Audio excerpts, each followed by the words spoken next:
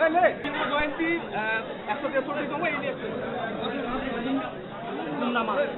আজকের দিনে বাংলা বাঙালি ভারতবর্ষের গর্ব হচ্ছে রবীন্দ্রনাথ ঠাকুর। আমরা সকালটা শুরু করেছি তাকে প্রণাম বলছি আর রাজ্যের মুখ্যমন্ত্রীকে বলবো কবিগুরু মারা গেছিলেন 41-এ। আপনি একবার নেতাজির জন্মজয়ন্তীতে রেড রোডে দাঁড়িয়ে বলেছিলেন 48-এ রবীন্দ্রনাথ ঠাকুর এসে গান্ধীজিকে ফলের রস খাইয়েছিলেন। আপনি দয়া করে এই ভুলগুলো আর করবেন না। এই ভুলগুলো আর অন্তত রবি ঠাকুরকে নিয়ে, মাতঙ্গিনী হাজরাকে নিয়ে এইসব ভুল কথা আর বলবেন না।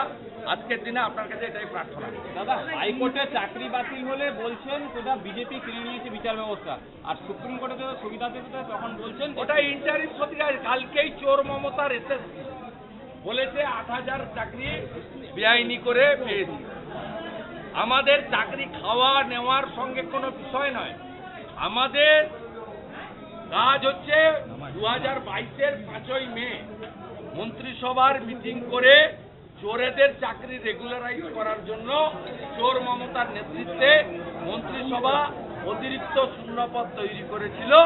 আমরা চাই 22 সালের 5ই মে ক্যাবিনেটে যারা ছিল তারা জেলে যাক, তাদেরকে আমরা জেলে দেখি।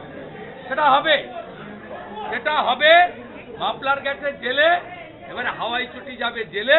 কটা দিন সময় পেল, একটু এসি ঘরে থাকুক আর হেলিকপ্টার করে ঘুরুক। মুর্শিদাবাদের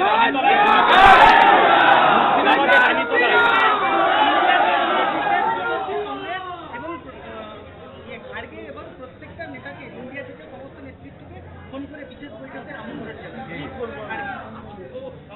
ওইখানে কিছু নেই। ওটা ইন্ডিয়া নয়, ইন্ডিজো। ওর পিন্ডি অনেক আগে চটকে গেছে। দাদা, মুর্শিদাবাদ রানীতলায় আবার গুলি জখম শিশু। দাদা, আরে ক্রেডিট গোস টু প্রধানমন্ত্রীজি। প্রধানমন্ত্রীজি না বলেন বাংলার মাটিতে যে যোগ্যদের পাশে বিজেপি আছে, যোগ্যদের জন্য লিগ্যাল সেল তৈরি করবে স্টেট বিজেপি। তারপরে সন্ধ্যাবেলা এসএসসি বলে যোগ্য অযোগ্য আমরা বেছে দিতে পারবো।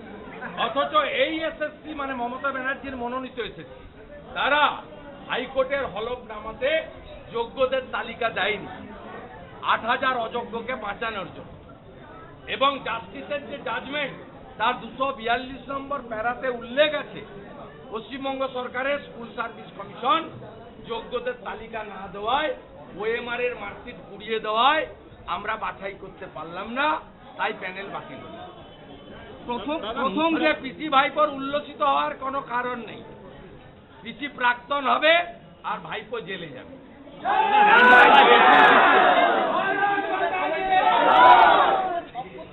কিছু করতে পারবে না।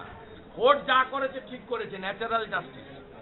সকলের কথা শোনা, সকলকে বলতে দেওয়া, এবং কোর্ট বলেছে আন্ডারটেকিং দিতে হবে। চাকরি গেলে 12% সুদ সহ টাকা ফেরত দিতে হবে। আমরা তো এখানে মেদিনীপুরের লোক, পাশে উড়িয়া, আমাদের ঘরে উড়িয়া কথাও চলে।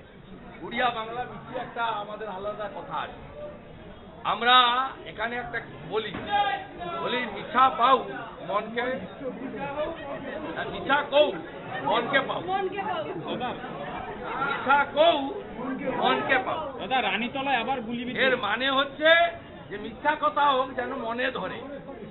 কারণ পিসিকে তো মিথ্যা কথা বলতে হবে, কারণ কালকে তৃতীয় দফা পর্যন্ত পিসি হেরে ভূত হয়ে গেছে। বাকি দফাগুলোতেও মানে দফা রফা হয়ে যাবে। দাদা, দ্বিতীয় দফার ভোটে শতাংশে গরমিল, কংগ্রেস এবার সরব হয়েছে।